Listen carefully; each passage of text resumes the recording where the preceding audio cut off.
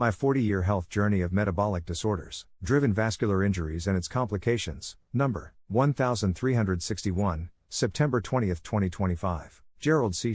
EclaireMD Foundation. Category, Metabolism. Abstract. This paper documents a 40-year personal trajectory of obesity and type 2 diabetes mellitus, T2D, beginning in 1985 with obesity, BMI approximately 30, and progressing through multiple cardiovascular, neurological, ophthalmological, and renal complications, culminating in a hemorrhagic stroke in 2025. The account is built on a complete timeline of clinical events, supported by longitudinal self-collected data from 2014 to 2024. Pathophysiological explanations are provided to connect the complications, emphasizing the shared mechanisms of endothelial dysfunction, oxidative stress, and vascular remodeling. This article does not include pharmacological discussion, as I discontinued all medications in 2010, and remained medication-free until the stroke incident on June 21, 2025. Unlike conventional reports dependent on pharmacological interventions, this trajectory illustrates a unique case of strict lifestyle management as the sole corrective approach. The interesting findings highlight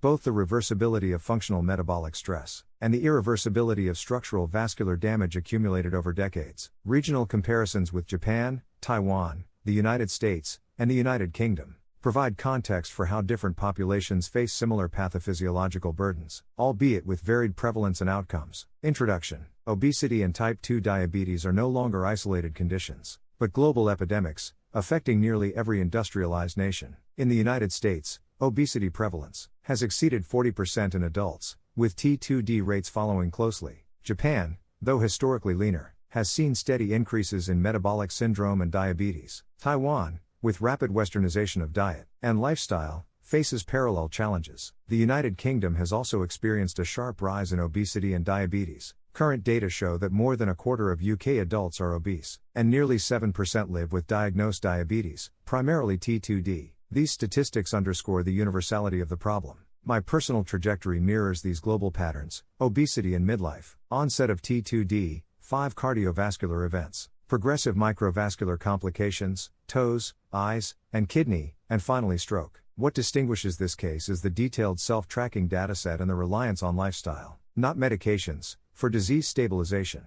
This report integrates my 40-year timeline with mechanistic explanations, illustrating how obesity and diabetes act as the root causes of widespread vascular injury, and how lifestyle changes can reverse functional decline, though not structural footprints, for example, vessel damages caused by diabetes. Methods and data collection. Clinical history was reconstructed from event recall, medical records, and biomarker testing spanning 4 decades. Key milestones include 5 cardiac ischemic episodes, occasional hypoglycemic syncope, continuously declined hyperglycemia situation, neuropathy, retinopathy, nephropathy, and a recent hemorrhagic stroke. From 2014 onward, a complete daily health metrics were systematically collected and stored on my medical AI system on my iPhone device, including glucose, 96 readings per day, blood pressure, 24 to 30 readings per day, body weight, sleep, stress, and walking steps. These multiple datasets of 4 million data points were carefully analyzed longitudinally. Importantly, after 2010 no pharmacological interventions were used. Strict lifestyle control alone guided the trajectory. Therefore, the past 16 years of research data reflect purely physiological and pathological processes, without any influence from pharmacological intervention. Results: chronological trajectory. Phase 1.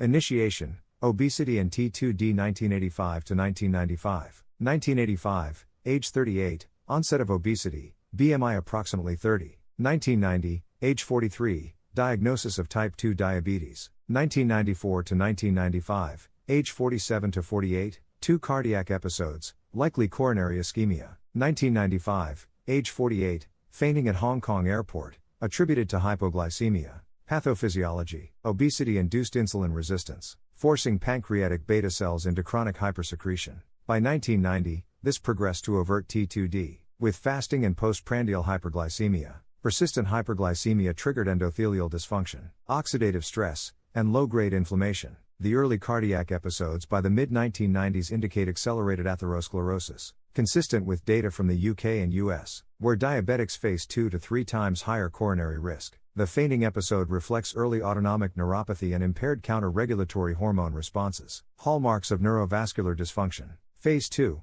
Escalation of cardiovascular burden 2001 to 2004. 2001, age 54, third cardiac issue, assumed unstable angina. 2003, age 56, random glucose greater than 300 mg per deciliter at hospital check-in Taipei. 2003, 2004, age 56 to 57, fourth and fifth cardiac episodes, presumed recurrent ischemia. Pathophysiology. By 2003, sustained glucose toxicity overwhelmed beta cell capacity, producing extreme hyperglycemia. Macrovascular atherosclerosis advanced rapidly. Each cardiac episode reflected plaque instability, intimal thickening, and reduced coronary flow. Comparatively, in the UK, myocardial infarction remains one of the top 3 causes of death among diabetics, paralleling this trajectory. Phase 3.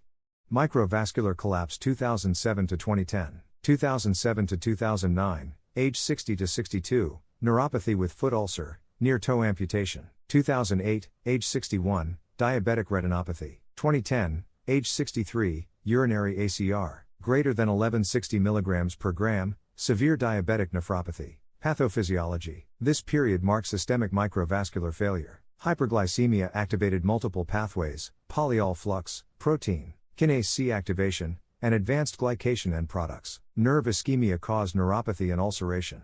Parasite loss and ischemia produced retinopathy. Mesangial expansion and sclerosis drove nephropathy. Similar triads are well documented in the US and UK. Neuropathy affects 30 to 40% of diabetics, retinopathy 28%, and nephropathy 20 to 30%. My progression aligned closely with these epidemiological patterns and statistical data. Phase 4.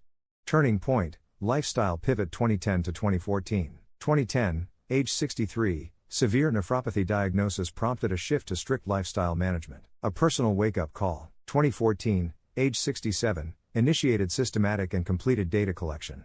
Pathophysiology. Rather than medications, I relied on diet moderation, daily walking, approximately 15,000 steps, emotional stress management, though not always successfully, which later contributed to my stroke, and sleep optimization, increased from 5 to 7 hours per night. These interventions reduced insulin resistance, improved nitric oxide signaling, and lowered systemic inflammation. Endothelial function improved, halting new complications. In the UK, structured lifestyle programs such as the NHS Diabetes Prevention Programme reflect a similar recognition that behavioral change can slow, or even reverse T2D progression. Although most patients still combine these measures with pharmacological support, my case is unusual in being lifestyle only, which allowed me to directly observe the impact of each individual lifestyle factor on my health. Phase 5.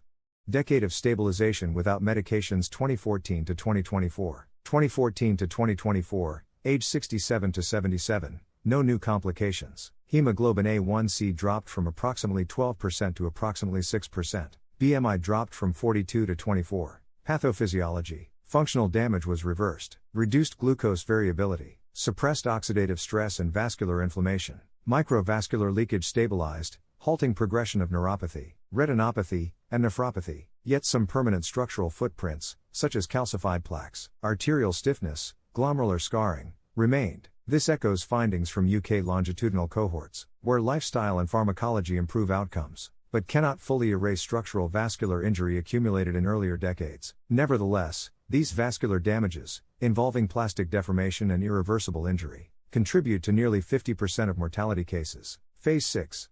Culmination, stroke 2025. 2025 June 21, age 78, first hemorrhagic stroke. This stroke served as another wake-up call, making me realize that vascular damage is the common root cause of most mortality diseases, with diabetes as the fundamental killer. Pathophysiology. Despite stable metabolic control for over a decade, residual vascular fragility persisted as shown on my cerebral CT scan. Arterial stiffness, small vessel lipohyalinosis, and calcification, reduced vascular compliance. An acute sympathetic surge, triggered by a dispute over real estate investment, elevated systolic blood pressure to 175 mm of mercury and ruptured a weakened cerebral vessel near the pons, followed by 2 subsequent seizures. Note: a sympathetic surge refers to a sudden, intense activation of the sympathetic nervous system.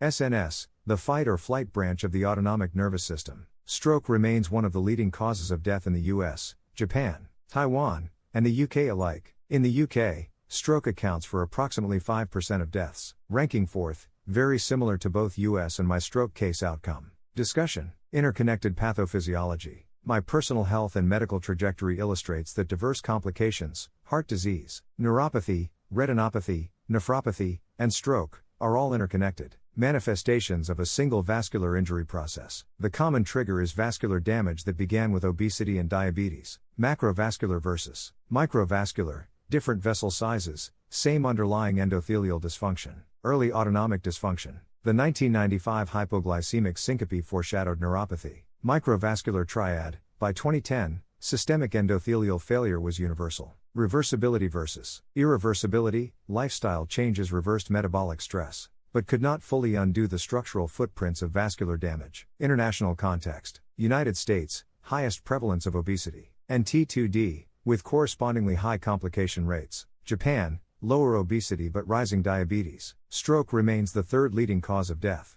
Taiwan, westernized diets have driven rapid growth of obesity, diabetes, and CKD. Many studies report that Taiwan has among the highest incidence and prevalence of end-stage kidney disease, ESKD, in the world, which translates into a very high rate of kidney dialysis. United Kingdom, obesity rates exceed Japan and Taiwan. Diabetes prevalence is mid-range between the US and Asia. Stroke ranks fourth in mortality, paralleling my outcome. This comparison demonstrates that while prevalence differs, the underlying pathophysiology is universal. Endothelial damage from metabolic stress. Lessons for medicine. Lifestyle can stabilize disease even without drugs. Early intervention is crucial. Delay leaves irreversible scars. My personal case demonstrates that 2 earlier decades of neglecting T2D management, from 1990 to 2010, ultimately contributed to my recent stroke. The bright white shadows of cerebral vessel calcifications on my CT scans confirm this conclusion. Longitudinal self-data provide insights that statistical averages and short studies miss.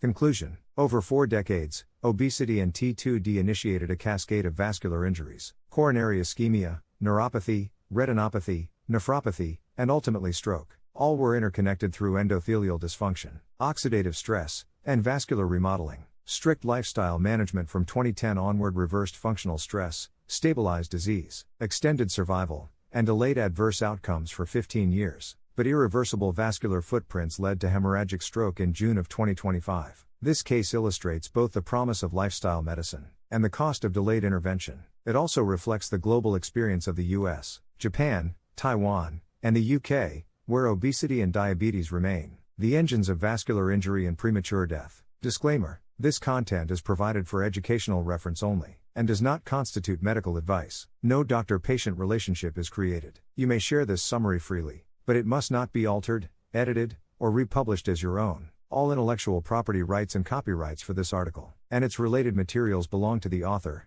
Gerald C.